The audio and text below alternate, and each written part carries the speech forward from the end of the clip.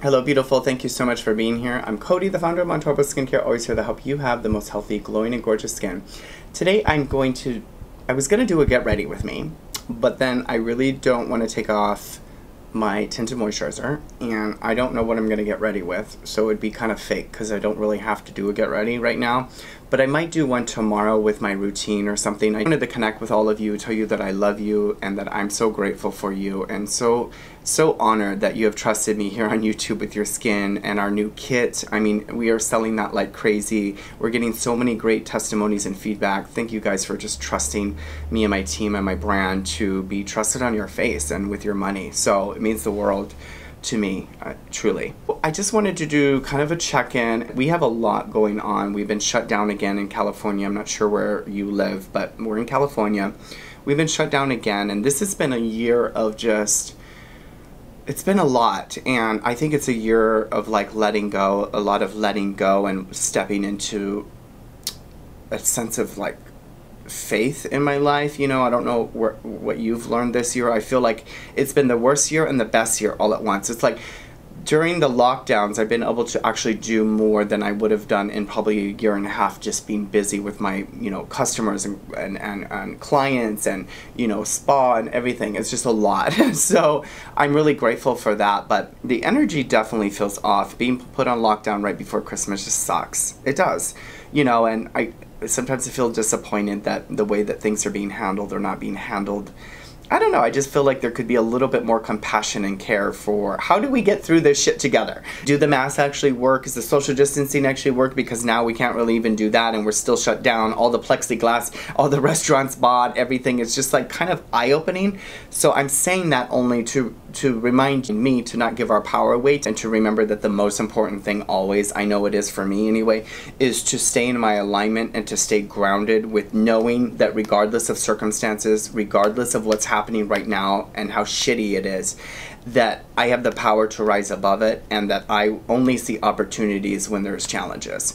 So that's like the energy I've been staying on, and it's been staying with, and it's been really helping. I don't know if that can help you a little bit, but it's like our mind gets a mind of its own, so it'll focus on whatever it can focus on. So if you're focused on the news and the COVID cases and the death and the lockdown and you don't have money in the bankruptcy, and I mean, trust me, maybe those are just all my thoughts. It's like, it's so much that if you don't distract yourself with something pleasant and enjoyable, then your mind's just going to keep going. And especially if you're watching the news, girl, it's like you might as well just get box of wine now, girl. Yeah, and your joint, whatever you do, your lasagna, and call it a day. Turn on the news, because it's just like almost instantly the news activates fear. It activates not a sense of empowerment, but a sense of like disempowerment, a sense of like being just really scared and hopeless. So I've been turning off that news, girl, and it's definitely helped me a lot to just kind of maintain my clarity. I don't know, do you guys like do any spiritual practice and meditate or pray or anything? I've been doing meditation for so many, probably 20 years, like realistically, since when I hit bottom and got sober the first time, like for real, in 2004, that's when I started to like really meditate, and it's taken a long time. But a lot of people don't meditate. It's the most incredible technique and tool to use for anyone, especially when life is challenging, because what it does is it creates space. It creates space in your mind. You know, it's like when you sit down and you meditate, first of all, you're setting an intention to do something for yourself, to be with yourself, to care for yourself. That's all awesome. And the next thing is that, you know, we are the awareness. So we have thoughts, but we're not the thoughts. We're aware of our thoughts. So when we sit in meditation, people will complain sometimes, oh, I can't do it because there's too many thoughts. Well, that's good. It's good that you're becoming aware of the thoughts, because that creates separation, and that separation means that you are the awareness behind the thought, not the thought. Otherwise, you're the thought and you go crazy. So it's about stepping back and realizing our truest identity. And our truest identity is that we are consciousness, that we are awareness, that we are this presence, this life, this being filled with the ability to be able to perceive and to have awareness. So meditation is so great because it activates more presence, it deactivates stressful thoughts, and it creates space in your mind so that you can allow in inspiration, ideas, opportunities, so that you can see more clearly in the world. You can't see clearly when your mind's all filled up with fear and watching the news, because that's all it's focused on. So you got to refocus, and meditation is such a great way to refocus and to just tune ourselves into the greater good, the greater intelligence, your higher power, God, universe, whatever you want to call it. So we tune into that. We're like changing the radio station dial to tune into our source, our creator, instead of the news, the media, COVID, whatever's going on. Does that make sense? So if you're meditating and you're having thoughts and you're aware that your thoughts, that's awesome. You're doing it, girl. That's how you meditate. So just don't get caught in the thought. Just bring your attention back to the breath and just breathe in and out. Breathe in and out. So anyway, it's something that really helps me. Something that also really helps me is to write lists of things that I love and appreciate every day. So it's really a great idea to do this. If you like, you're stressed and you're freaking out and you want to improve a specific thing, let's say it's like money. Don't talk about money. Don't go specifically. Don't be so specific and work on money. Go general. Be more general with trying to feel good and focus on things that make you feel good. So writing lists of positive affirmations. Let's say like you want to work on your abundance, your money, or your health, or your love, or weight, or whatever. It doesn't matter. It doesn't matter the concern. What matters is the intention of doing the activity and sitting there and writing at least 10 things a day and really trying to feel that feeling of appreciation for the thing that you're writing about gets you to focus.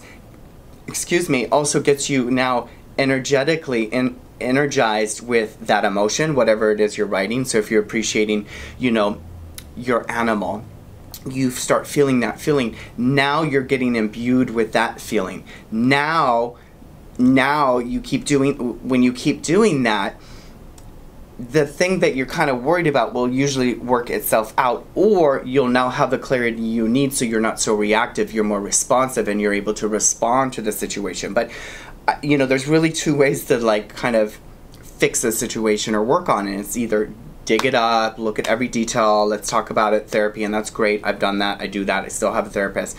But another way to do it is avoid it, distract yourself, focus on something you want, something you like, something that's enjoyable. Videos on YouTube of little pets and dogs and puppies and kids laughing, or SNL skits, or going for a walk, or enjoying a good movie or good song, or something that just gets you to activate a different emotion other than the stressful, challenging situation, is really a more wise way to go about fixing things. Because it's like, how do I say this? It's like, you can't fix a problem when you think there's a problem. You can't find something that you believe is lost. You can't resist what you persist. You can't fix anything when you think there's something wrong. So get yourself in a new state of energy and alignment by feeling really good, distracting yourself with something fun or funny, and then milking that for all it's worth, girl. Milk it. Try to, if it's at an 8, you're feeling great, try to get it to a 10. Then you'll be quite surprised what happens, girl. I know it works in my life. Try it. See if it works for you. Ask me any questions about that with that technique. It's really great. This is a very law of attraction, Esther Hicks stuff. So I don't know if you follow her or any kind of stuff like that, but this is very, nothing I ever say is original to me, ever. It's all stuff I've just learned and practiced, and usually I practice. Now I've been practicing, like, do you know when the best time to work on a situation is? It's not when you're feeling intense about it. It's later. You want to go back to the situation later. And so what I'm sharing with you are these tips to kind of to teach you kind of, or show you kind of like what I do to work on things. And it really works. It really works to be able to distract yourself from the problem. And then what happens is like you get the awareness that you need, and then usually you get the inspiration or the answer that you also need to kind of work on that kind of problem or situation. I'm rambling, girl. I just wanted to do a little check-in and kind of share a couple things that I'm doing. I've wrestled with everything from closing the business to, you know, how are we going to make it, all the fear, everything you can imagine. I work through every day on a daily basis. I spend about an hour a day every morning with no distraction, not turning on my TV, not I don't watch TV in the morning, but, or my device, nothing. Nothing is more important than my morning ritual. That's it. I've also been thinking, this idea came to me in meditation. I'm throwing it out there. We'll see what the universe wants to do. Whether it's personal or with business, I'm interested in, I think, creating either a new page or program to help people right now with that, with these kind of tips and techniques that I practice in my life that are effective.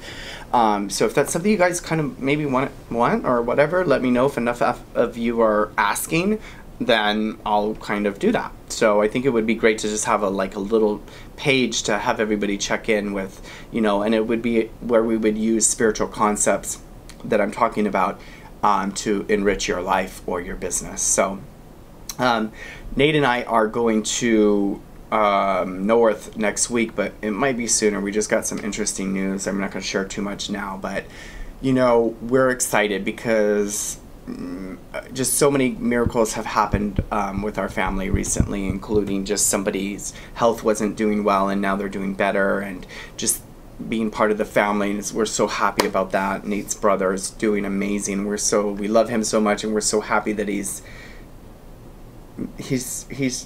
doing it. He's making the time to enrich his life and to be there for his kids, and we're just really happy about that. But I'm gonna take quite a bit of time off, and we're getting our new puppy. Oh my God!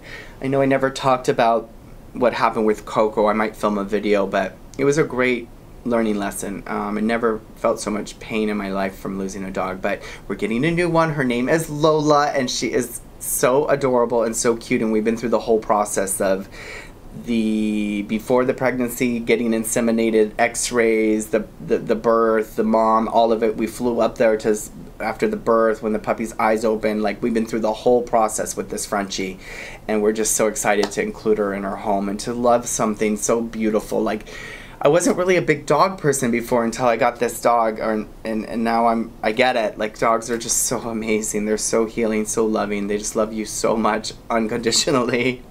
So we're excited about that, and a lot of changes in my business and just all kinds of changes. So yeah, I think that, you know, I'm going to make the most of this holiday. I'm going to really kind of go out with a bang with this holiday, as if it was like the last one. Because you never know. You know, you never know with anything. So even though we're going to be locked down, we are going to celebrate hardcore. So I hope that you do the same. I hope that regardless of where you're at in your life, that you can remember to not be so hard on yourself, and to remember to have faith and know that if you look back into the history of your life, everything has always worked out. This is a great moment in time to be able to really truly practice surrendering to our higher power and to have faith that all is well and all will be well. So I hope that you stay safe, stay sane, stay healthy. Love your life, appreciate your life, do all that you can in your life to just soak up the moment, looking at the sunset, the sunrise, whatever it is, a puppy walking or running, going for a walk, enjoying a good meal, reading a good book, sipping a cup of cocoa or glass of wine or bottle, whatever. Just enjoy the moment. We're having downtime right now, so we might as well enjoy the most of it as much as possible. And yeah, I love you guys so much. Happy holidays to you, and I will see you really soon in a new video. Thank you for blessing my life. Thank you for making this year still so amazing, even though it's been hard. And I will see you soon in a new video. I love you so much. Bye.